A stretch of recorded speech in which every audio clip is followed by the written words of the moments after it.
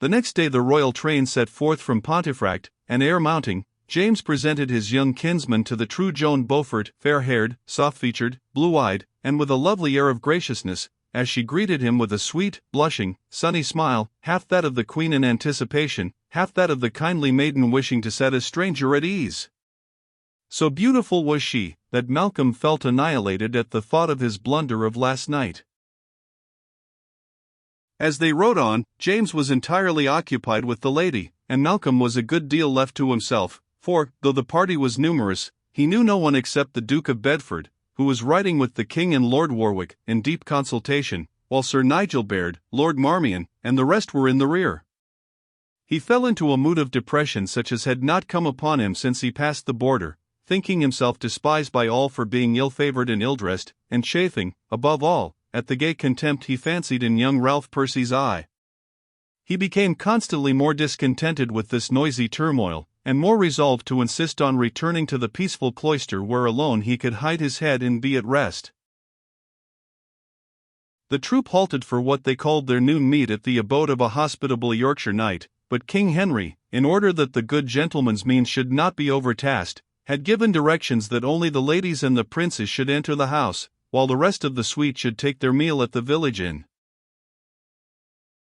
King James, in attending to Joan, had entirely forgotten his cousin, and Malcolm, doubtful and diffident, was looking hesitatingly at the gateway, when Ralph Percy called out, "Ha!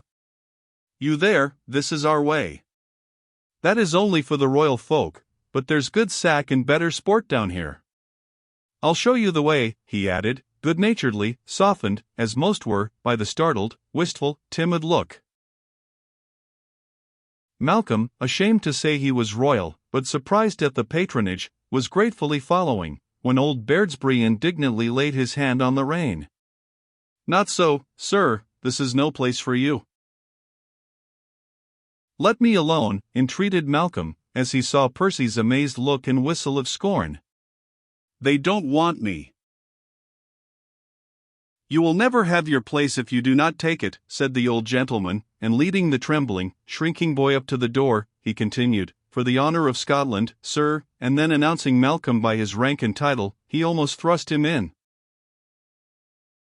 Fancying he detected a laugh on Ralph Percy's face, and a sneer on that of the stout English porter, Malcolm felt doubly wretched as he was ushered into the hall, and the buzz of talk and the confusion made by the attendants of the worthy knight and his many sons, one of whom, waiting with better will than skill, had nearly run down the shy limping Scotsman, who looked wildly for refuge at some table. In his height of distress, a kindly gesture of invitation beckoned to him, and he found himself seated and addressed, first in French, and then in careful foreign English, by the same lady whom he had yesterday taken for Joan of Somerset, namely, Esclairmonde de Luxembourg. He was too much confused to look up till the piece of pasty and the wine with which the lady had caused him to be supplied were almost consumed, and it was not till she had made some observations on the journey that he became at ease enough to hazard any sort of answer, and then it was in his sweet low Scottish voice, with that irresistibly attractive look of shy wistful gratitude in his great soft brown eyes, while his un-English accent caused her to say, "I am a stranger here, like yourself, my lord," and at the same moment he first raised his eyes to behold what seemed to him perfect beauty and dignity, an oval face, richly tinted olive complexion, dark pensive eyes, a sweet grave mouth smiling with encouraging kindness, and a lofty brow that gave the whole face a magnificent air, not so much stately as above and beyond this world. It might have befitted Saint Barbara or Saint Catherine, the great intellectual virgin visions of purity and holiness of the Middle Ages, but the kindness of the smile went to Malcolm's heart, and emboldened him to answer in his best French, "You are from Holland, lady?" "Not from the fens," she answered. "My home lies in the borders of the forest of Ardennes." And then they found that they understood each other best when she spoke French, and Malcolm English, or rather Scotch, and their acquaintance made so much progress, that when the signal was again given to mount, the Lady Esclairmonde permitted Malcolm to assist her to her saddle, and as he rode beside her he felt pleased with himself, and as if Ralph Percy were welcome to look at him now. On Esclairmonde's other hand there rode a small, slight girl, whom Malcolm took for quite a child, and paid no attention to, but presently old Sir Lewis Robsart rode back with a message that my Lady of Westmoreland wished to know where the Lady Alice Montague was. A gentle, timid voice answered, "Oh, sir, I am well here with Lady Esclairmont."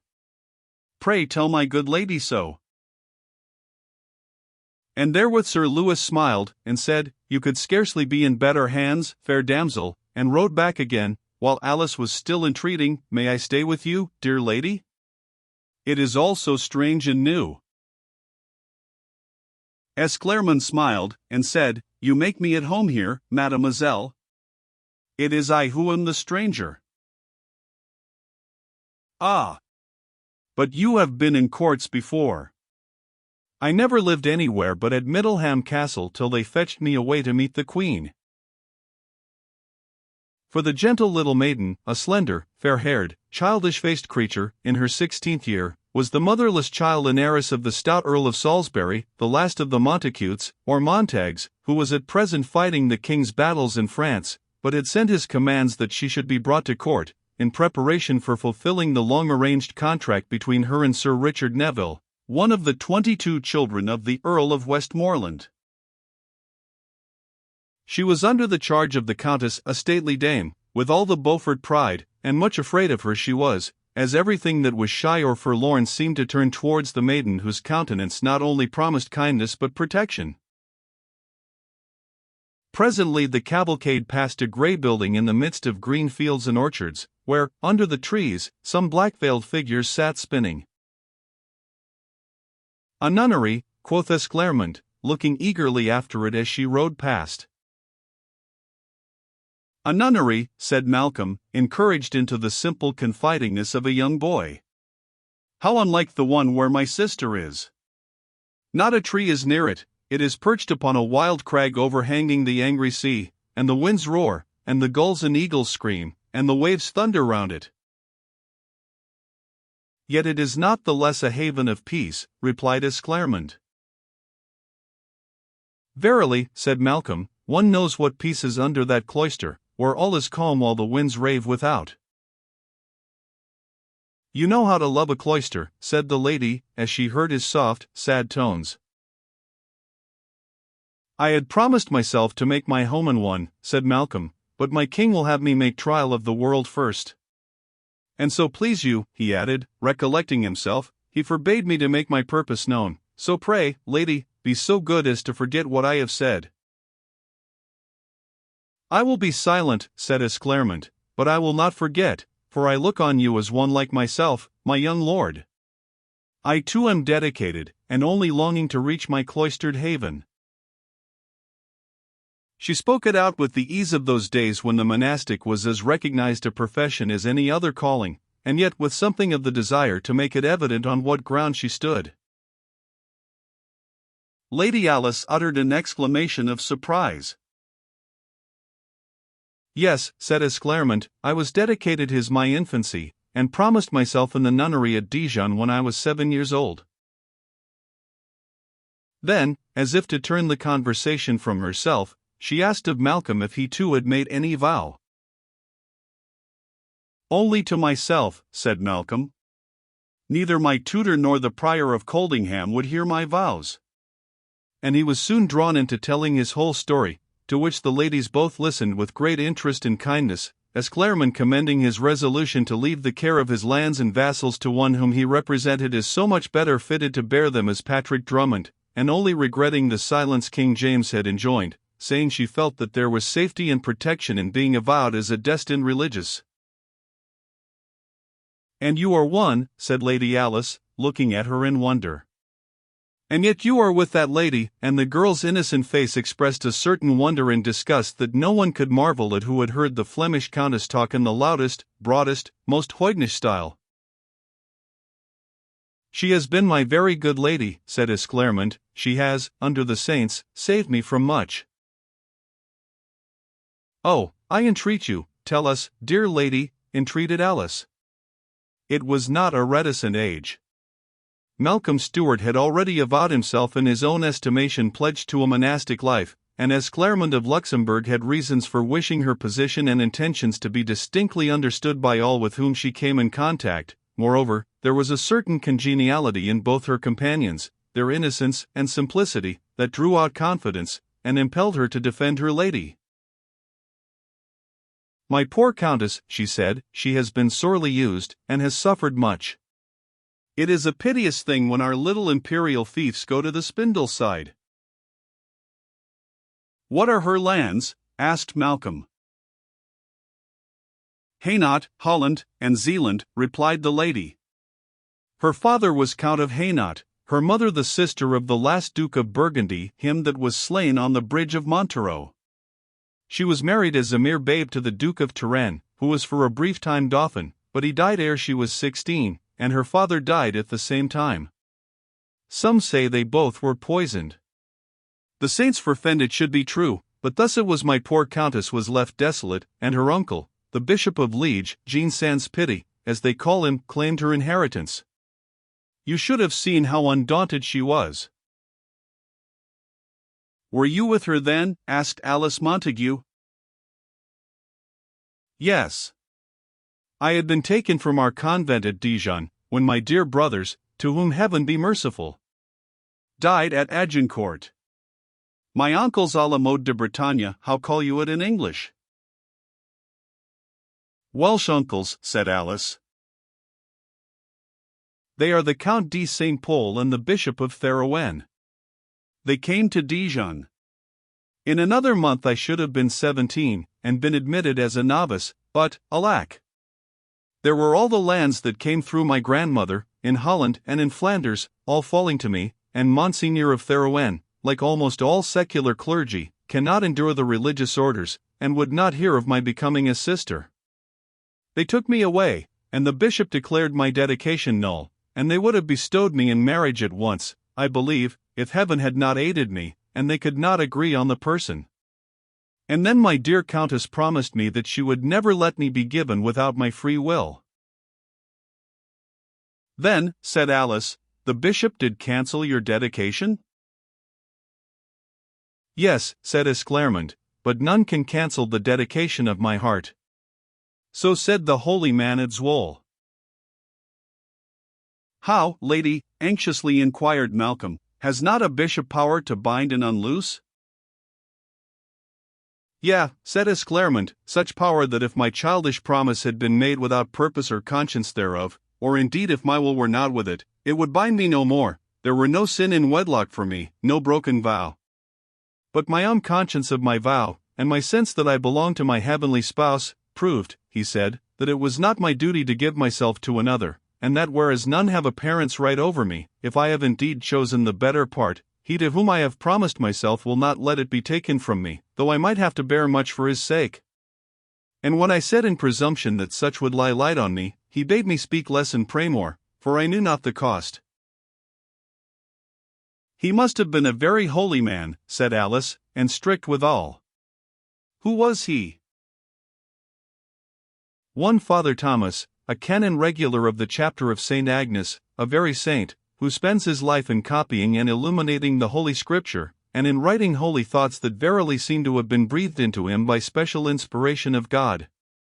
It was a sermon of his in Lent, upon chastening and perplexity, that I heard when first I was snatched from Dijon, that made me never rest till I had obtained his ghostly counsel. If I never meet him again, I shall thank heaven for those months at Zwolle all my life ere the Duke of Burgundy made my countess resign Holland for 12 years to her uncle, and we left the place.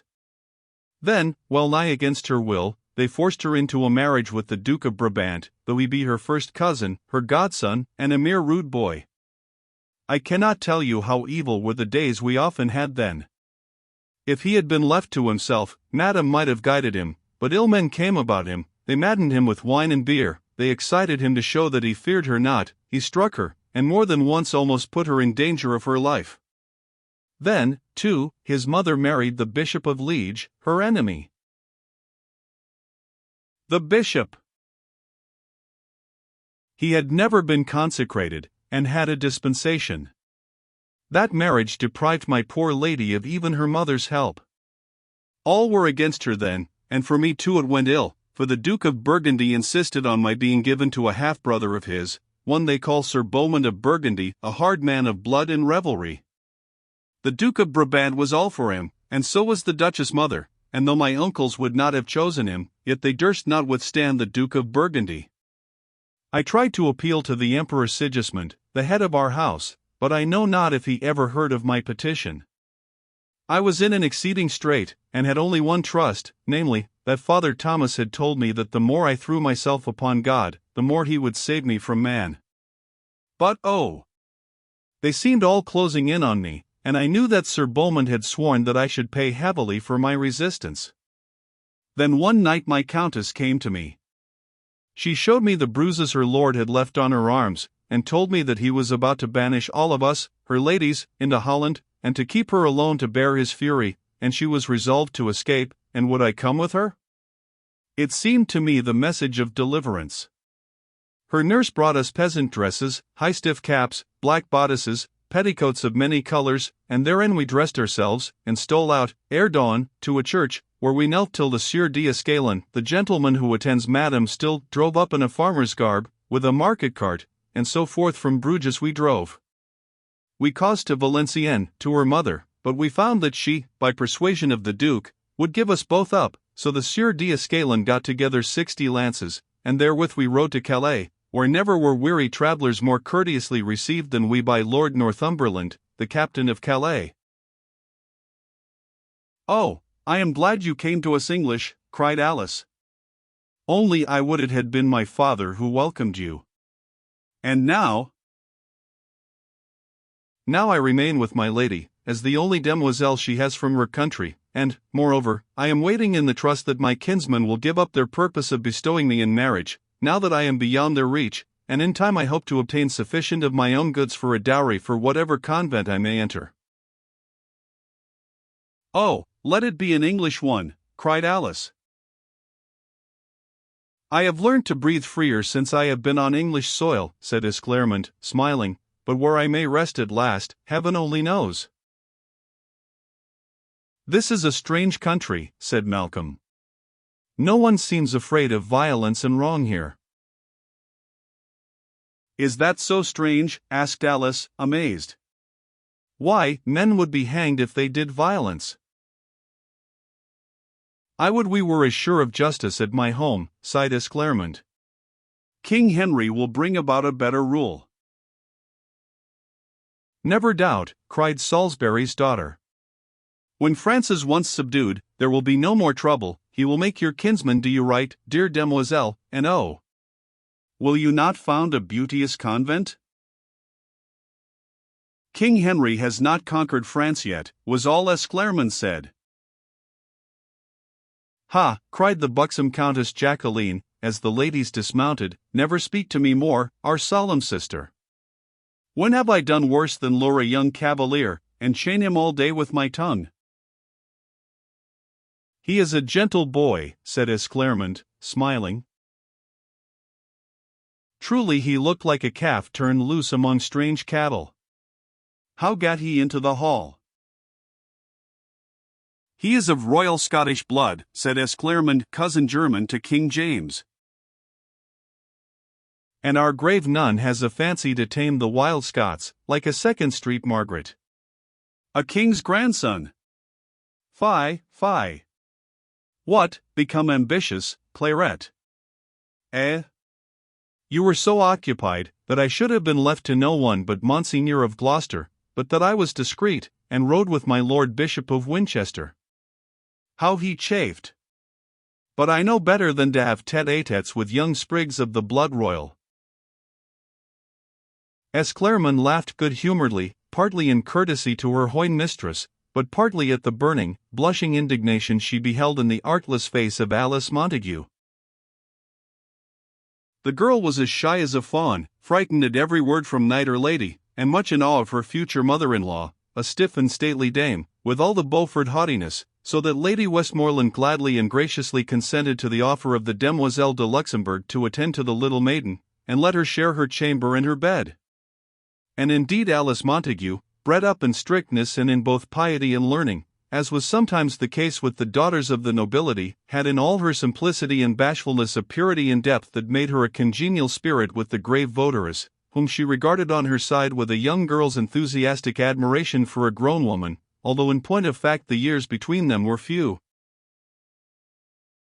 The other ladies of the court were a little in awe of the Demoiselle de Luxembourg, and did not seek her when they wished to indulge in the gossip whose malice and coarseness she kept in check, but if they were anxious, or in trouble, they always came to her as their natural consoler, and the Countess Jacqueline, bold and hoydenish as she was, kept the license of her tongue and manners under some shadow of restraint before her, and though sometimes bantering her, often neglecting her counsel, evidently felt her attendance a sort of safeguard and protection.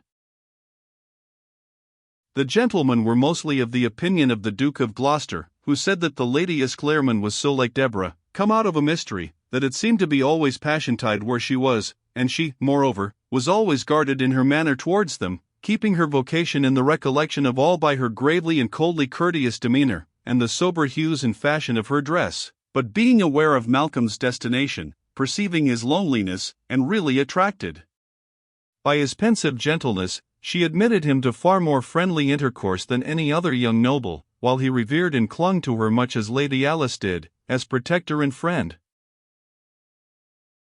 King James was indeed so much absorbed in his own ladylove as to have little attention to bestow on his young cousin, and he knew, moreover, that to be left to such womanly training as ladies were bound to bestow on young squires and pages was the best treatment for the youth, who was really thriving and growing happier every day, as he lost his awkwardness and acquired a freedom and self-confidence such as he could never have imagined possible in his original browbeaten state, though without losing the gentle modesty and refinement that gave him such a charm.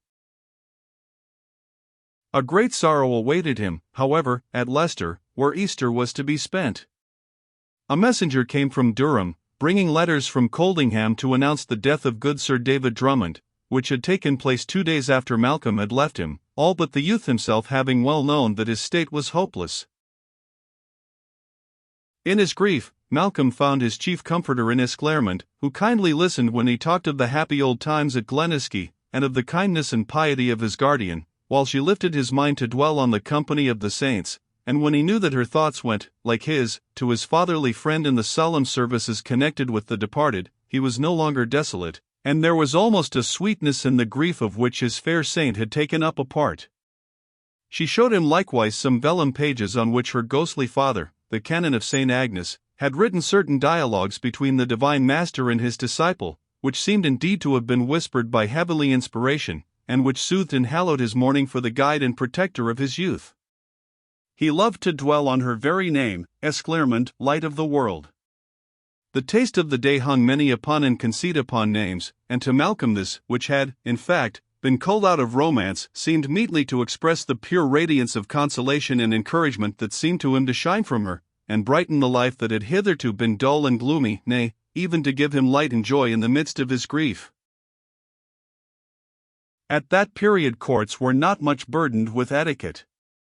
No feudal monarch was more than the first gentleman, and there was no rigid line of separation of ranks, especially where, as among the kings of the Red Rose, the boundaries were so faint between the princes and the nobility, and as Catherine of Valois was fond of company, and indolently heedless of all that did not affect her own dignity or ease, the whole court, including some of the princely captives, lived as one large family, meeting at morning mass in church or chapel, taking their meals in common, riding, hunting, hawking, playing at bowls, tennis, or stool-ball, or any other pastime, in such parties as suited their inclinations, and spending the evening in the great hall, in conversation varied by chess, dice, and cards, recitals of romance, and music, sometimes performed by the choristers of the royal chapel, or sometimes by the company themselves, and often by one or other of the two kings, who were both proficients as well with the voice as with the lute and organ.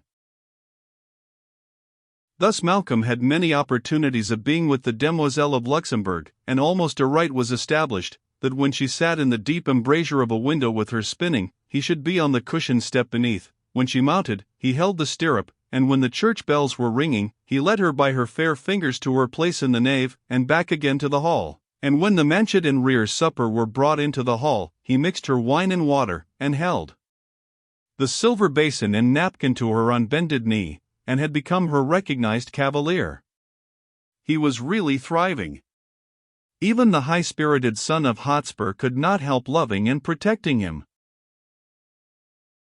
"Have a care," said Ralph to a lad of Rudermold, "I'll no more see that lame young Scot maltreated than a girl." "He is no better than a girl," growled his comrade, my little brother Dick would be more than a match for him." "I would not that," said Percy. "There's a drop of life and spirit at the bottom, and for the rest, when he looks up with those eyes of his, and smiles his smile, it is somehow as if it were beneath a man to vex him wilfully. And he sees so much meaning in everything, too, that it is a dozen times better sport to hear him talk than one of you fellows, who have only wit enough to know a hawk from a heron shaw." After a grave Eastertide spent at Leicester, the court moved to Westminster, where Henry had to meet his Parliament, and obtain supplies for the campaign which was to revenge the death of Clarence. There was no great increase of gaiety even here, for Henry was extremely occupied, both with regulating matters for government during his absence, and in training the troops who began to flock to his standard, so that the Queen complained that his presence in England was of little service to her, since he never had any leisure, and there were no pastimes. "Well, dame," said Henry, gaily, "there is one revel for you.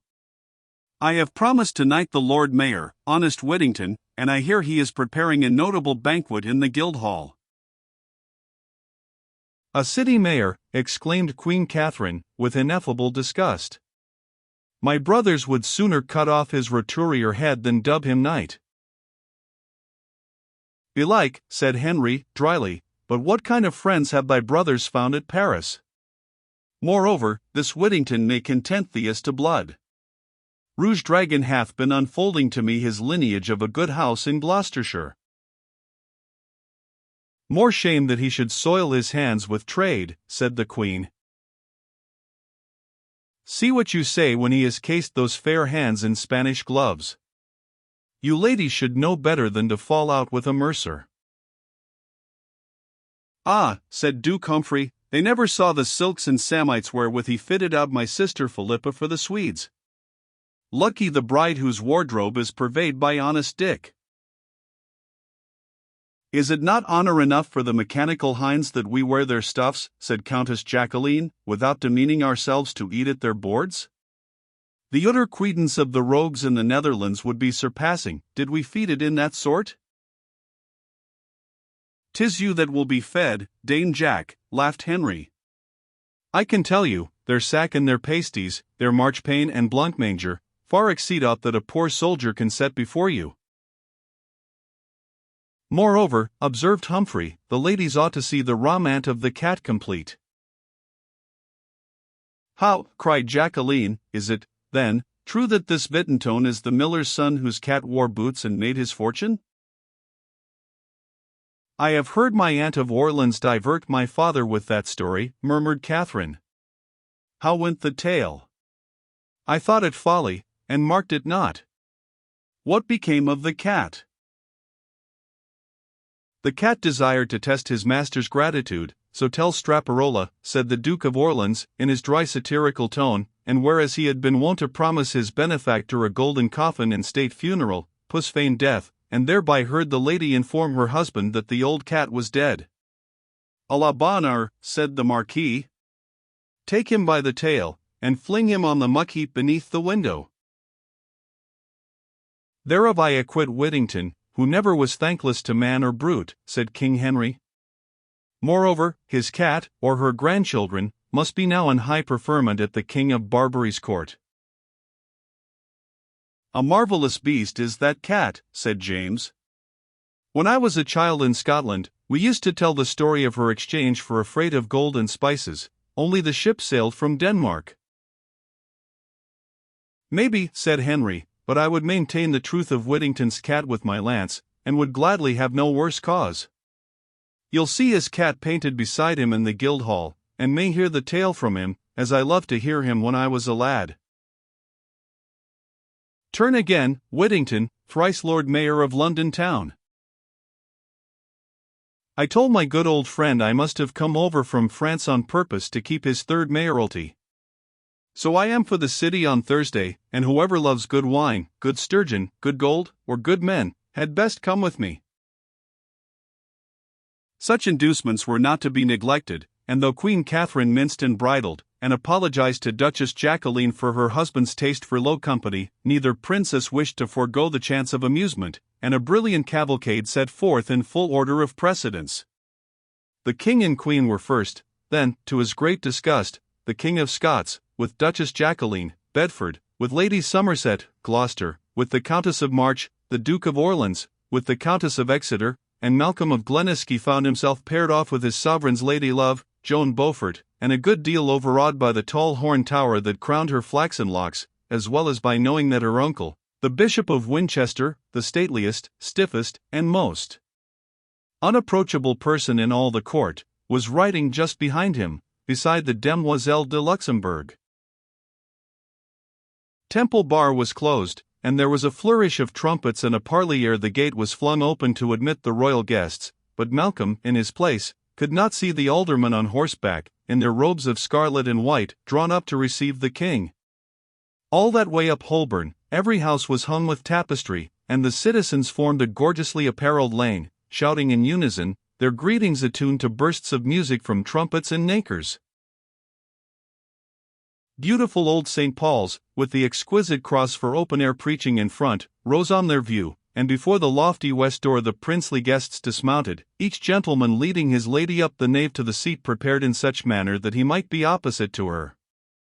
The clergy lined the stalls, and a magnificent mass was sung, and was concluded by the advance of the king to the altar step, followed by a fine old man in scarlet robes bordered with white fur, the collar of SS around his neck, and his silvery hair and lofty brow crowning a face as sagacious as it was dignified and benevolent. It seemed a reversal of the ordinary ceremonial when the slender agile young man took in hand the sword, and laid the honor of knighthood on the grey-headed substantial senior, whom he bade to arise Sir Richard Whittington.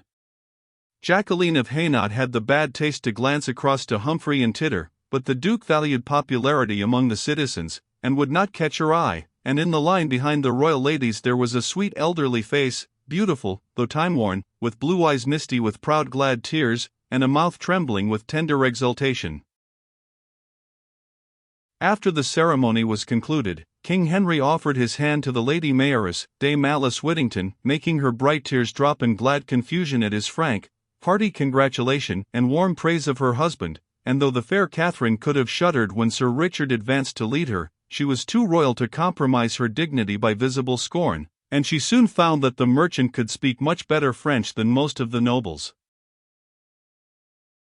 Malcolm felt as averse as did the French princesses to burgher wealth and splendor, and his mind had not opened to understand burgher worth and weight, and when he saw the princes John and Humphrey, and even his own king, seeking out city dames and accosting them with friendly looks, it seemed to him a degrading truckling to riches, from which he was anxious to save his future queen, but when he would have offered his arm to Lady Joan, he saw her already being led away by an alderman measuring at least a yard across the shoulders, and the good-natured Earl of March, seeing him at a loss, presented him to a round merry wife in a scarlet petticoat and black bodice, its plump curves wreathed with gilt chains, who began pitying him for having been sent to the wars so young, being, as usual, charmed into pity by his soft appealing eyes and unconscious grace, would not believe his assertions that he was neither a captive nor a Frenchman. Don't tell her, when he spoke like a stranger, and halted from a wound. Coloring to the ears, he explained that he had never walked otherwise, whereupon her pity redoubled, and she by turns advised him to consult Master Dr. Caius, and to obtain a recipe from Mistress, she meant Dame Alice Whittington, the kindest soul living, and, Lady Mayoress as she was, with no more pride than the meanest scullion. Pity she had no child, yet scarce pity either, since she and the good Lord Mayor were father and mother to all orphans and destitute, nay, to all who had any care on their minds. Malcolm was in extreme alarm lest he should be walked up to the Lady Mayoress for inspection before all the world when they entered the Guildhall, a building of grand proportions, which, as good Mistress Bolt informed him, had lately been paved and glazed at Sir Richard Whittington's own expense. The bright new red and yellow tiles, and the stained glass of the tall windows high up, as well as the panels of the wainscot, were embellished with trademarks and the armorial bearings of the guilds, and the long tables, hung with snowy napery, grown with gold and silver plate, such as, the Duke of Orleans observed to Catherine, no citizens would dare exhibit in France to any prince or noble, at peril of being mulcted of all, with or without excuse. On an open hearth beneath the Louvre, or opening for smoke, burnt a fire diffusing all around an incense-like fragrance, from the logs, composed of cinnamon and other choice woods and spices, that fed the flame. The odor and the warmth on a bleak day of May were alike delicious, and King Henry, after heading Dame Alice up to it, stood warming his hands and extolling the choice scent, adding, "You spoil us, Sir Richard. How are we to go back to the smoke of wood and peat, and fires puffed with our own mouths, after such pampering as this, the costliest fire I have seen in the two realms?" "It shall be choicer yet, sir," said Sir Richard Whittington, who had just handed the Queen to her seat. "Scarce possible," replied Henry, "unless I threw in my crown, and that I cannot afford. I shall be pawning it ere long." Instead of answering, the Lord Mayor quietly put his hand into his furred pouch, and drawing out a bundle of parchments tied with a ribbon, held them towards the king, with a grave smile. "Lo you now, Sir Richard," said Henry, with a playful face of disgust, "this is to save your dainty meats, by spoiling my appetite by that unwelcome sight. What, man! Have you bought up all the bonds I gave in my need to a whole synagogue of Jews and bench of Loinbards? I shall have to send for my crown before you let me go, though verily," he added, with frank, open face, "I'm better off with a good friend like you for my creditor, only I'm sorry for you, Sir Richard. I fear it will be long ere you see your good gold in the stead of your dirty paper, even though I gave you an order on the tolls." "How now? What, man, Dick Whittington? Art raving? Here, the tongs." For Sir Richard, gently smiling, had placed the bundle of bonds on the glowing bed of embers. Henry, even while calling for the tongs, was raking them out with his sword, and would have grasped them in his hand in a moment, but the Lord Mayor caught his arm. "Pardon, my lord, and grant your new knight's boon." "When he is not moonstruck," said Henry, still guarding the documents. "Why, my lady Mayoress, know you what is here?" 60,000, my liege," composedly answered Dame Alice. "My husband hath his whims, and I pray your grace not to hinder what he hath so long been preparing." "Yea, sir," added Whittington, earnestly. "You wot that God hath prospered us richly. We have no child, and our nephews are well endowed. How, then, can our goods belong to any save God, our king, and the poor?" Henry drew one hand over his eyes, and with the other wrung that of Whittington. "Had ever king such a subject?" he murmured. "Had ever subject such a king?" was Whittington's return. "Thou hast conquered, Whittington," said the king, presently looking up with a sunny smile. "To send me over the seas a free man, beholden to you in heart though not by purse, is, as I well believe, worth all that sum to thy loyal heart. Thou art setting me far on my way to Jerusalem, my dear friend. Thank him, Kate, he hath done much for thine husband." Catherine looked amiable, and held out a white hand to be kissed, aware that the king was pleased, though hardly understanding why he should be glad that an odor of singed parchment should overpower the gums and cinnamon.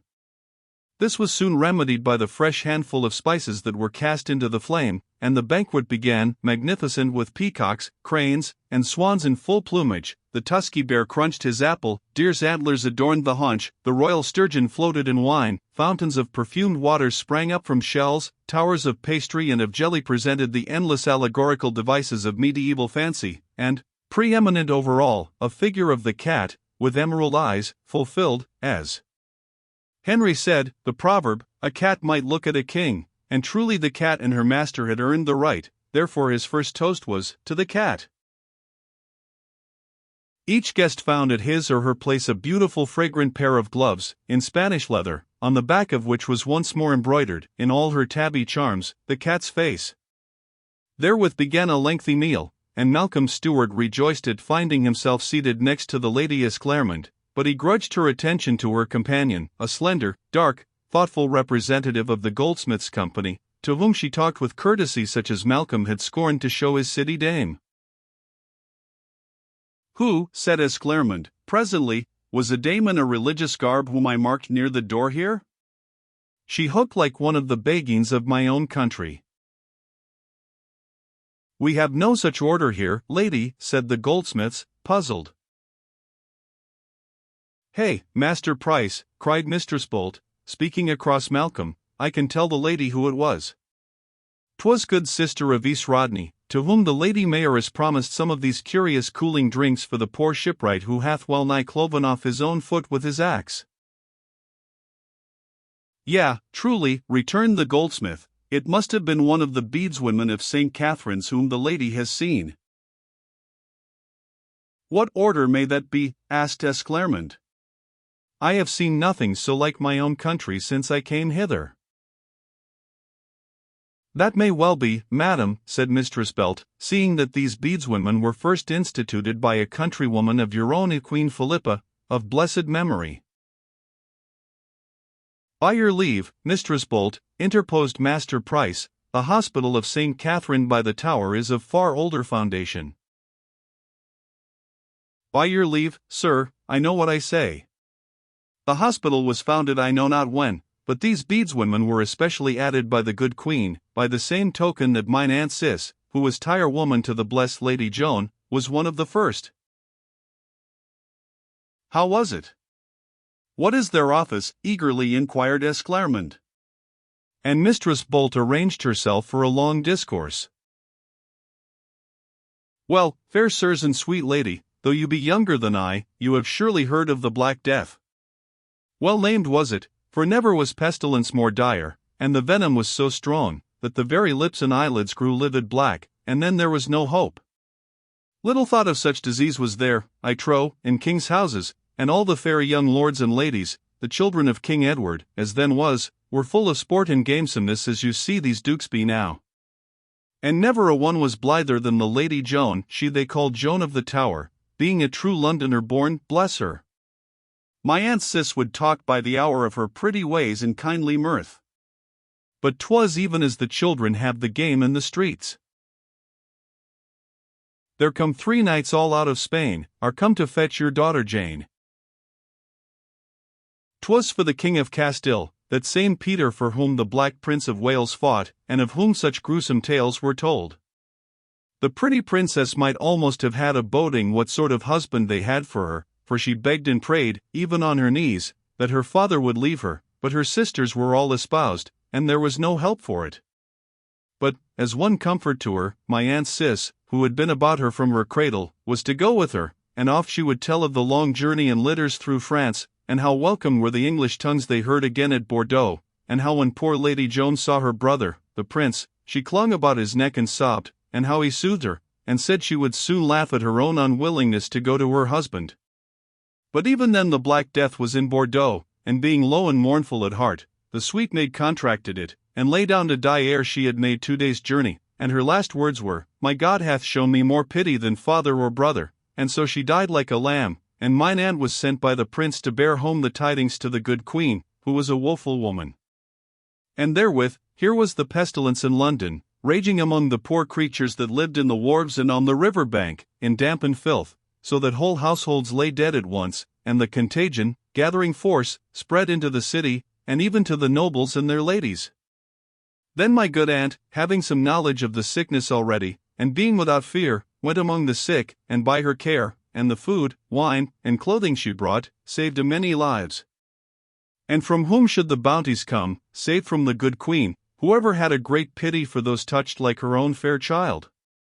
Moreover, when she heard from my aunt how the poor things lived in uncleanness and filth, and how, what with many being strangers coming by sea, and others being serfs fled from home, they were a nameless, masterless sort, who knew not where to seek a parish priest, and whom the friars shunned for their poverty, she devised a fresh foundation to be added to the hospital of St. Catherine's in the Docks, providing for a chapter of 10 beadswomen, gentle and well-nurtured, who should both sing in choir, and likewise go forth constantly among the poor, to seek out the children, see that they learn their credo, Ave, and Pater Noster, bring them more toward to be further taught in St. Catherine's school, and likewise to stir poor folk up to go to Mass and lead a godly life, to visit the sick, feed and tend them, and so instruct them, that they may desire the sacraments of the Church.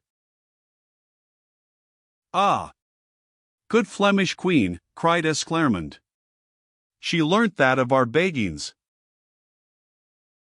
If your ladyship will have it so, said Mrs. Bolt, but my Aunt Cicely began. "Who nominates these bedeswomen?" asked Esclarmonde. "That does the Queen," said Mistress Bolt. "Not this young Queen, as yet, for Queen Joan, the late King's widow, holds the hospital till her death, unless it should be taken from her for her sorceries, from which Heaven defend us." "Can it be visited?" said Esclarmonde. "I feel much drawn thither, as I ever did to the Beguines." "Ay, marry may it," cried delighted Mrs. Bolt. "I have more than one gossip there, for by Sister Ravise, who was godchild to Aunt Cis, and if the good lady would wish to see the hospital, I would bear her company with all my heart." To Malcolm's disgust, Esclarmonde caught at the proposal, which the Scottish haughtiness that lay under all his gentleness held somewhat degrading to the cousin of the Emperor. He fell into a state of gloom, which lasted till the loving cup had gone round and been partaken of in pairs. After hands had been washed in rosewater, the royal party took their seats in barges to return to Westminster by the broad and beautiful highway of the Thames. Here at once Alice Montague nestled to Esclarmonde's side, delighted with her cat gloves, and further delighted with an old captain of trained bands, to whose lot she had fallen, and who, on finding that she was the daughter of the Earl of Salisbury, under whom he had served, had launched forth by the hour into the praises of that brave nobleman, both for his courage and his kindness to his troops. "No wonder King Henry loves his citizens so well," cried Esclarmonde. "Would that our Netherlandish princes and burghers could take pride and pleasure in one another's wealth and prowess, instead of grudging and fearing thereat." "To my mind," said Malcolm, "they were a forward generation. That city dame will burst with pride, if you, lady, go with her to see those bedeswomen." "I trust not," laughed Esclarmonde, "for I mean to try." "Nay, but," said Malcolm, "what should a mere matter of old rockers and worn-out tire-women concern a demoiselle of birth?" "I honor them for doing their master's work," said Esclarmonde, "and would fain be worthy to follow in their steps." "Surely," said Malcolm, "there are houses fit for persons of high and princely birth to live apart from gross contact with the world." "There are," said Esclarmonde, "but I trust one may be pardoned for saying that such often seem to me to play at humility when they stickle for birth and dower with the haughtiest. I never honored any nuns so much as the humble sisters of St. Bega, who never ask for 16 quarterings, but only for a tender hand, soft step, pure life, and pious heart." "I deemed," said Malcolm, "that heavenly contemplation was the purpose of convents."